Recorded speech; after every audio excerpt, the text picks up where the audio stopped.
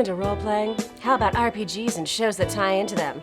Then, do we have the show for you. Today we're talking Wakfu! I bet you all the cameras that you definitely are gonna wanna add this to your queue. Hey guys, for NerdWire, I'm Chris Carr, and this is Nerdflix and Chill, giving you a sip before you binge. Before we jump in, as always, use protection. Know that you're getting down and dirty with some spoilers. I care about you. If you haven't finished first, go take care of yourself. Let's cover what the Wakfu is about. The series kicks off with a mysterious figure leaving a baby boy with a retired bounty hunter in a small village with instructions to raise him until the time is right to find his biological family. This is basically an anime, so you know the answer to when he's old enough to find his family is way too young. That boy, Yugo, discovers he has magical abilities using the power of Wakfu, sort of the force of the universe there, that allows him to create portals. Season 1 really plays out like an MMORPG, which makes sense. The show is supposed to be released in tandem with one. You build your party, complete quests that level you up for your main mission, and take on the big baddie. Plus, it's got this bitchin' theme song! Now usually I chalk up all the little side quests that detract from the main mission as filler, but in Wakfu, I think they actually work. Except the Gabol arc in Season 1. Skip that. It's like the blitzball of Wakfu. No one cares! Just go do magic.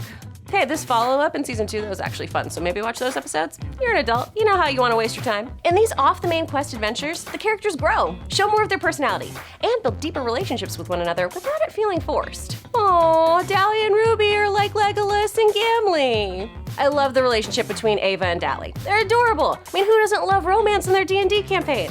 Everyone feels fully realized with their own viewpoints and agendas without being caricatures, something you find all too common in your typical animated series.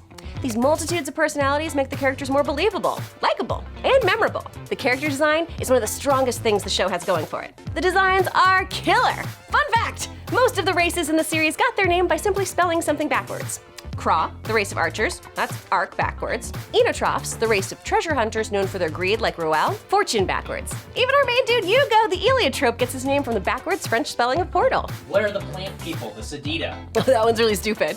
It's just Adidas backwards. They're fugly flip-flops and tearaway pants. There's a lot of porn about them too. You gotta put safe filters on when you're researching the show. It's like hentai, but for like hippies, I don't know, it's weird.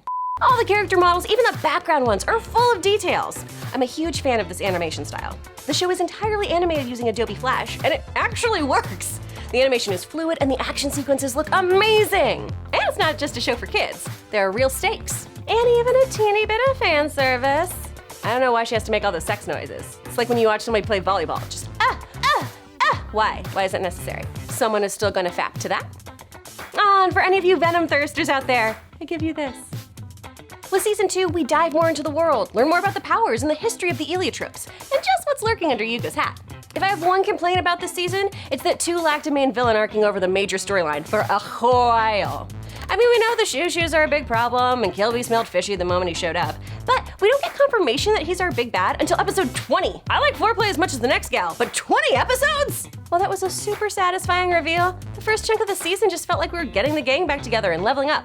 I mean, the dragon fight was really dope, but it's kind of like Game of Thrones. When the dragons actually show up and fight, you're like, it's about time, guys! Were there budget cuts? Don't get me wrong. Once you dive into the meaty goodness that is the Heliotrope issue, it's so freaking cool. And frankly, I get why they didn't put out so fast. You just find yourself wishing there was more of that badass early on. Super Saiyan Yugo! Avatar State Yugo! Yes! Honestly though, the world building is essential for what's to come in Season 3, which is amazing. Now just between us, I went into this only watching the show. I didn't watch the 3 specials because I was told just to review the series. And also, I didn't know they existed. But it actually makes for a really fun viewing because I love a good time jump. Getting bits and pieces when I missed. I'm a Whovian, y'all know I love things out of order and skipping ahead. Plus, let's do a separate video on those. No need to blow our whole Wakfu load. All right, so let's jump into Season 3. It's years later, and we're finding out what the Brotherhood of the Tofu have been up to. Bonus, this season doubles down on the double entendres and innuendo. He's a panty thief?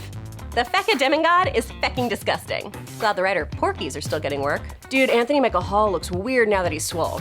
That joke is because the last time panty thievery was an important plot point, John Hughes was still making movies. Oh good, he doesn't want the little girl's underwear. There is a line of decency. He will not be running for office in Virginia.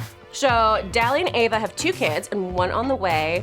Dali lost an arm in a previous battle with Yugo. Amalia's getting married off for political reasons and her dad's super sick? That sucks! Rule and Yugo are searching for Brother Dragon Adamai. Who's a bad guy now? What the butts happened? Why is Adamai a bad guy? What happened during episodes. You're bros, bro! I love that we get right into the action. Everything we've learned through the show has been building to this, and I love it. Where does the show go wrong? The English dub.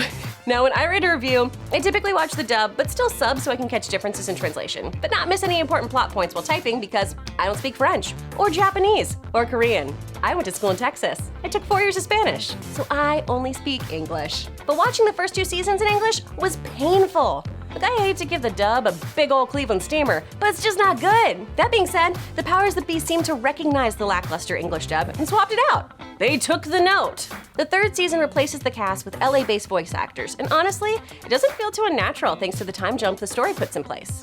The new cast is way better and really brings some acting chops.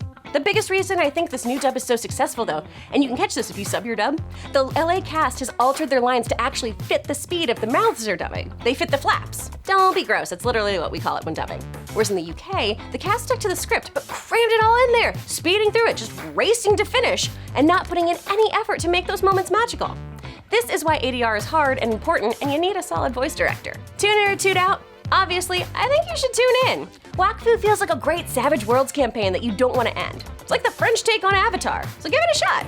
Just go sub. It's pretty, but shh, don't ruin it with your talking, baby. Drink rating, I'd give this a French 75. Light, fizzy, but it gets the job done. If you've checked out the show, what did you think? Super rad, or do you have to be a totally up-brain to like it? Let me know in the comments below. Thanks for chilling with me. Until next time, all things in moderation, except your shows.